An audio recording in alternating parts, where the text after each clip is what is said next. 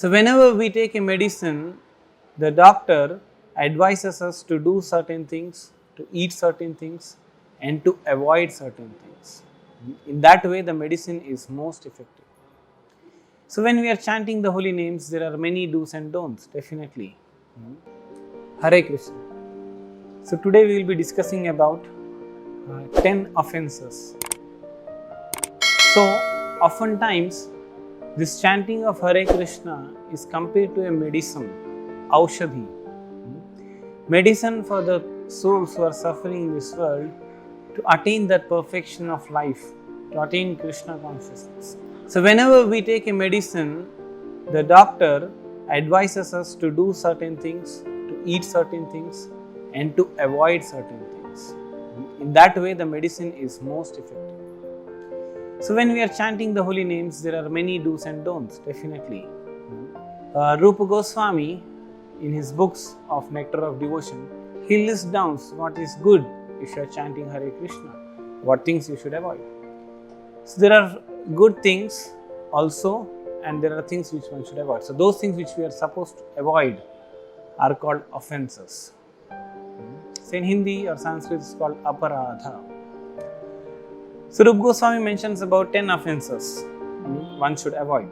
First is to blaspheme the devotees who have dedicated their lives for propagating the holy names of the Lord. Because the holy name is being taken as seriously by these devotees, one should not blaspheme them. Secondly, the second offense, should not consider the other demigods, the names of other demigods like Lord Shiva, Lord Brahma or other demigods to be equal to Lord Krishna or Vishnu. Because Krishna says that I am the Supreme Personality of Godhead. So one should not do the offense of equating others to Krishna, thinking that everything is one.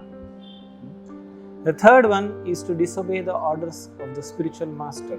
Because spiritual master actually is a guru, a guide who enables you to chant in a perfect way. He guides you how to chant regularly. So to disobey his orders is also an offense. The fourth offense is to blaspheme Vedic literatures. Vedic literatures give us detailed information about the kingdom of God, who is God, and all the various information that is needed. So to blaspheme Vedic literatures, if somebody does that, then the holy name will not be so effective. So the fifth offense is to consider the glories of chanting Hare Krishna to be an imagination.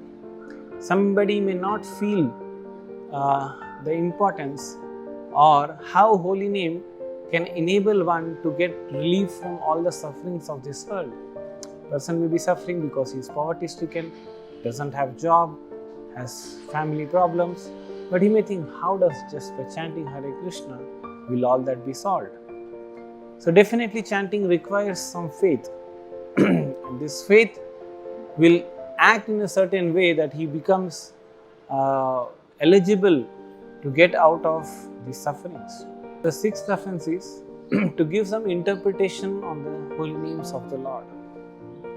One should not interpret Krishna's name or the Hare Krishna Mahamantra to give some mundane meanings or to obscure the real meaning.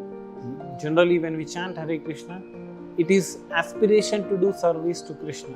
One should not give interpretations which are not according to the Vedic scriptures. The seventh one is to commit sinful activities on the strength of the holy name. Like it is described that by chanting the holy names of Krishna, one can get rid of sins that he even couldn't have imagined to do so.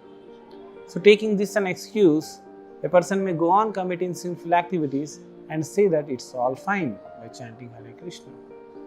Eighth one is to consider the chanting of Hare Krishna as a mundane activity, or in simple words, somebody should not think that by chanting Hare Krishna I can gain wealth, I can gain beauty, or I can amass wealth. So these are all materialistic activities. One should not think that by chanting Hare Krishna one can achieve that. The ninth one is to instruct a faithless person about the glories of the holy name. As I have previously told, we need some faith. Somebody is outright atheist. We may not speak about the glories of the holy name in an elaborate way. we may request them to come chant, but if somebody is atheistic, somebody is very envious of this process, we should not unnecessarily go out of the way. And 10th one is to not have complete faith in the chanting of the holy name and to maintain material attachments, even after understanding all these instructions. One should be careful not to commit these offenses, so that the chanting of holy name is very, very effective. And the desired goal of chanting is to attain Krishna's mercy or Krishna consciousness in simple words. Hare Krishna.